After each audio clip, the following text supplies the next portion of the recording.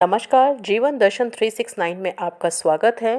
महाभारत काल में कलयुग को लेकर भगवान श्री कृष्ण ने 5 ऐसी बातें बताई थी जो आज बिल्कुल 100% सच साबित हो रही हैं। दरअसल आपको जानकर बेहद हैरानी होगी कि भगवान श्री कृष्ण ने द्वापर युग में ही कलयुग का वर्णन कर दिया था और कलयुग में जन्म लेने वाले मानव जाति के रहन सहन, उनके चाल चलन, व्यक्तित्व और यहाँ तक कि कलयुग में मानव को मोक्ष की प्राप्ति कैसी होगी, यह भी उन्होंने बताया था। तो आइए जानते हैं इन हमारे कलयुग से जुड़े इन 5 सत्य को कि श्री कृष्ण ने किस तरह से इनका वर्णन किया था और किस तरह से आज ये बिल्कुल सच हो रही हैं। तो वीडियो को स्किप मत करिएगा। एक बार की बात है जब 5 पांडवों को वनवास हुआ और जब वह वन में आए तो वहाँ पर उनके मन में जिज्ञासा उठी कलयुग के बारे में जानने की। तो उन्होंने श्री कृष्ण से पूछा कि श्री कृष्ण से यह इच्छा जाहिर की कि कलयुग के बारे में कुछ हमें बताएं कि आखिर कलयुग में मनुष्य कैसा होगा, उसके व्यवहार कैसा होगा और उसे मोक्ष की प्राप्ति कैसे होगी। इन्हीं प्रश्नों के उत्तर देने के लिए भगवान कृष्ण ने कहा कि तुम 5 भाई वन में जाओ और जो कुछ भी वन में तुम्हें दिखे वो मुझे आकर बताओ। मैं तुम्हें उसका प्रभाव बताऊंगा और उसी के अनुसार कलयुग के बारे में भी मैं विस्तार से बताऊंगा। युधिष्ठिर महाराज ने देखा कि किसी हाथी के 2 सूंड हैं। यह देखकर उनका आश्चर्य का पार न रहा। अर्जुन दूसरी दिशा में गए।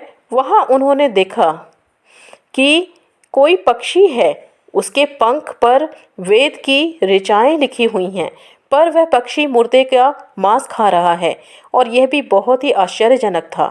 भीम ने तीसरा आश्चर्य देखा कि गाय ने एक बछड़े को जन्म दिया है और बछड़े को इतना चाट रही है कि बछड़ा लहूलुहान हो जाता है। सहदेव ने चौथा आश्चर्य देखा कि 7 कुएं हैं और आसपास के कुओं में सभी में पानी भरा हुआ है, किंतु जो मध्य का यानी जो बीच का कुआं है वह बिल्कुल खाली है। बीच का कुआं सबसे ज़्यादा गहरा है परंतु फिर भी उसमें पानी बिल्कुल भी नहीं है। पांचवें भाई नकुल ने भी एक अद्भुत आश्चर्य देखा कि एक पहाड़ के ऊपर से एक बहुत बड़ी शिला लुढ़कती हुई आ रही है और कितने ही वृक्षों से टकराई, पर उन वृक्षों के तनों से वह रुक नहीं पाई। कितनी ही अन्य शिलाएं के साथ वह टकराई पर तभी भी नहीं रुकी। अंत में एक अत्यंत छोटे से पौधे का स्पर्श पाते ही वह वहीं पर रुक गई शिला। 5 भाइयों के आश्चर्यों का कोई पार न रहा। शाम को वह श्री कृष्ण के पास गए और अपने अलग अलग दृश्यों का उन्होंने वर्णन किया जो उन्होंने वन में देखा था। युधिष्ठिर कहते हैं कि मैंने 2 सूंड वाला हाथी देखा तो मेरे आश्चर्य का कोई पार न रहा। तब श्री कृष्ण ने कहा कि कलयुग में ऐसे लोगों का राज्य होगा जो दोनों ओर से शोषण करेंगे, बोलेंगे कुछ और करेंगे कुछ और। ऐसे लोगों का राज्य होगा इससे पहले कि तुम ही राज्य कर लो। अर्जुन ने आश्चर्य से देखा कि पक्षी के पंखों पर वेद की ऋचाएं लिखी हुई हैं और पक्षी मुर्दे का मांस खा रहा है। इसी प्रकार कलयुग में ऐसे लोग रहेंगे जो बड़े बड़े पंडित और विद्वान होंगे, किंतु वे यही देखते रहेंगे कि कौन सा व्यक्ति मरे और हमारे नाम से वह अपनी सारी संपत्ति कर जाए।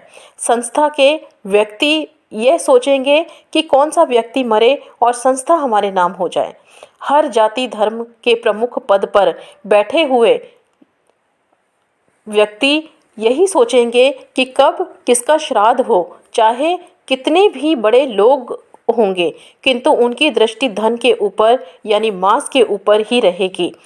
ऐसे लोगों की बहुतायत होगी और परधन को हरने और छीनने को आतुर होंगे, यानी पराये धन के लिए ये हमेशा ही ललायित रहेंगे और कोई विरला ही संत पुरुष होगा, यानी कि बहुत हजारों सैकड़ों में से कोई एक ही ऐसा होगा जो संत पुरुष होगा। भीम ने तीसरा आश्चर्य देखा कि गाय अपने बछड़े को इतना चाटती है कि बछड़ा लहूलुहान हो जाता है। कलयुग का आदमी शिशुपाल हो जाएगा, यानी कि बालकों के लिए इतनी ममता करेगा कि वह अपने विकास का अवसर ही नहीं उसे देगा। किसी का बेटा घर छोड़कर साधु बनेगा तो हजारों व्यक्ति दर्शन करेंगे, किंतु अपना बेटा अगर साधु बनता है तो रोएंगे कि हाय मेरे बेटे का क्या होगा। इतनी सारी ममता होगी कि उसे मोह माया और परिवार में ही बांध कर रखेंगे और उसका जीवन वहीं खत्म हो जाएगा। अंत में बेचारा अनाथ होकर मरेगा। वास्तव में लड़के तुम्हारे नहीं हैं, वे तो बहुओं की अमानत है। लड़कियां जवाइयों की अमानत है और तुम्हारा शरीर मृत्यु की अमानत है। तुम्हारी आत्मा परमात्मा की अमानत है।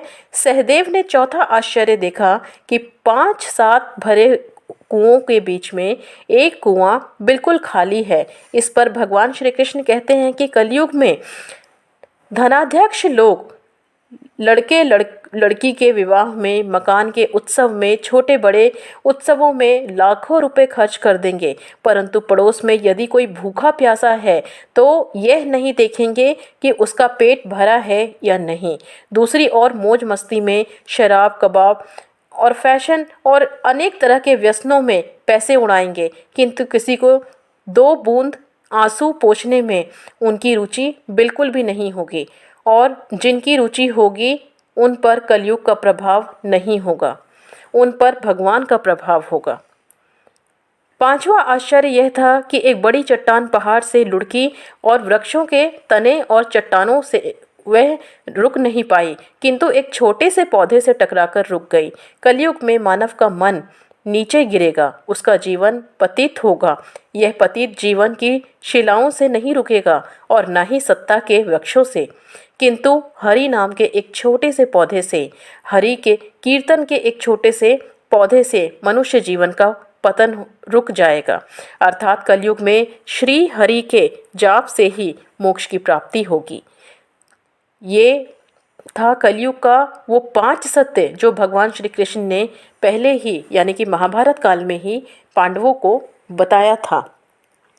तो उम्मीद करती हूँ कि ये 5 सत्य आप बहुत अच्छे से आज के इस कलयुग में जो हो रहा है उससे कोरिलेट कर पाएंगे और आपको ये वीडियो पसंद आया होगा।